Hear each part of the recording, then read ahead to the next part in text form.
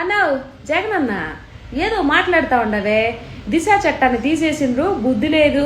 అది ఇది అని చెప్పి లోకేష్ గారిని ఏమో అంటా ఉండవే పప్పు అనేది అంటా ఉండవే ఇదిగో అన్నావు నువ్వు మాట్లాడేటప్పుడు చక్కగా మాట్లాడు ఇట్లా వంకరగా మాట్లాడద్దు నువ్వు ఎంత లేదైనా మాజీ సీఎం కదా కొంచెం ఉందాతనంగా రాజకీయ నాయకుల్లాగా మాట్లాడన్నా ఇలా మాట్లాడొద్దు ఇలా మాట్లాడితే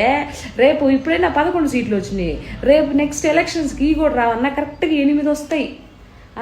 8 వస్తాయి కాబట్టి కొంచెం మంచిగా మాట్లాడు ఏదో చెప్తా ఉండవే నువ్వు 2019 డిసెంబర్లో దిశ చట్టం తీసుకొని వచ్చినావు ఆ తర్వాత ఎన్ని మర్డర్లు ఎన్ని మానవంగాలు జరిగినాయి అన్నా తెలియదు నీకా నువ్వు గుండెల మీద గుండె ఏ పక్క ఉంటుంది నీకు కుడి పక్క ఉందా ఎడం పక్కనే ఉంటుంది కదా ఓకే కాదులే నువ్వు స్పెషల్ కదా ఏ పక్క ఉందో అర్థం కాలేదు కానీ మరి గుండెల మీద చేసుకొని చెప్పన్నా